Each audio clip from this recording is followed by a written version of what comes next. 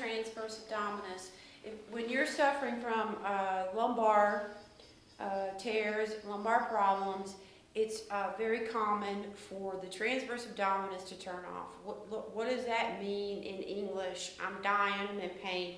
What that means is your muscles are going between spasm and protect, and then allowing you to move. So if you've ever had a muscle spasm, you'll know exactly what I'm talking about. You're freezing up your lats, convert their normal function of extension of the arm and internal adduction of the arm to guarding.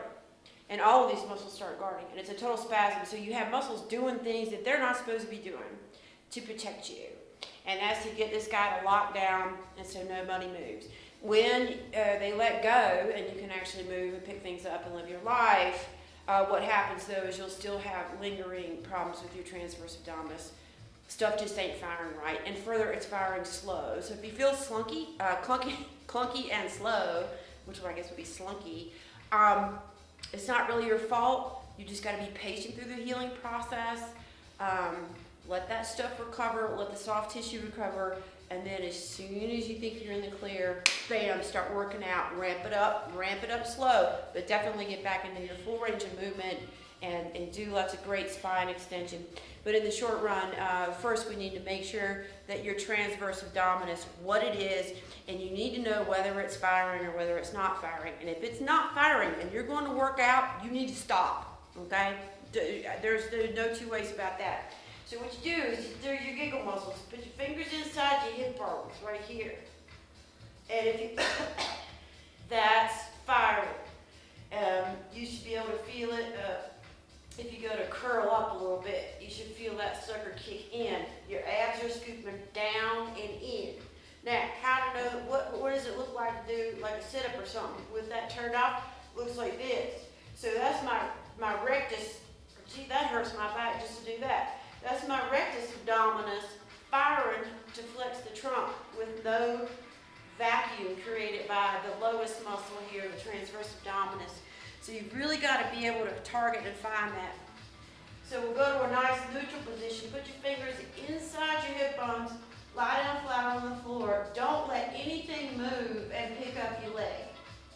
I mean, if you could do that and you feel this tightness across your waistband, you're not changing the position of the spine at all.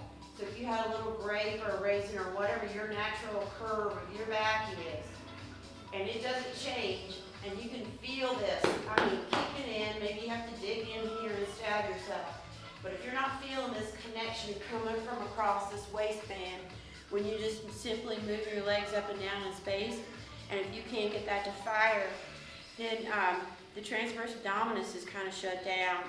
And if it's not just from being tired, I mean, it's gone a couple days and you really can't get that sucker to fire, find a PT. Seriously, find a PT and just get them to like have a visit with you and just have them kind of check you out. Just maybe it might be activation. You might just need some assistance, like hands-on. Like that's kind of what I would do with those. Just maybe try a couple things, see if people can relax, and if not, they may be need to go rest more. I had 6 weeks of rest before I was allowed to move after my injury, and it was really lame. But anyway, that's the transverse abdominis with simple little leg lifts. You should be able to feel that sucker fire right in. Okay, there's the hip bone right here. Look, it's the waistband, and it runs inside, and it keeps your intestines from pooping out.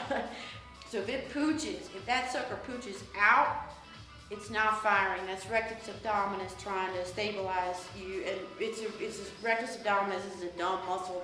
This is all it does is this, and that's just no way to stabilize in space, right? So that's the little transverse. Find your transverse abdominis speech.